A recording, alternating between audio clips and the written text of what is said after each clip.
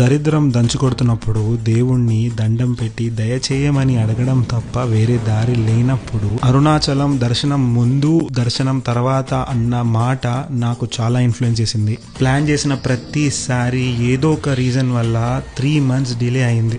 ఈసారి ఎలాగైనా వెళ్ళాలి అని చెప్పి బయలుదేరిన నాకు ఎన్నో ప్రశ్నలు. అసలు గిరి ప్రదక్షిణ చేయగలుగుతానా, సడన్ గా వర్షం పడుతున్నప్పుడు లేట్ అవుతుందేమో అన్న కంగారు, ఇవాళ అసలు దర్శనం అవుతుందా లేదా అని భయపెట్టిన జనాలు, క్యూలో నించున్నంత సేపు దర్శనం బాగా జరుగుతుందో లేదో దగ్గర నుంచి దర్శనం చేసుకునే దాకా పోలేవు నాకు ఈ ఆలోచనలు. ఆ కొద్ది క్షణాలు మనుషుల్లో తిరిగే ఆలోచనలు అంతా ఇంత కాదు. అలిసిపోయి కాళ్ళ నొప్పులతో కార్లో కూర్చున్నప్పుడు నాకు ఒకటి అనిపించింది అనమాట. Until you don't choose to change your life, even God can't help you.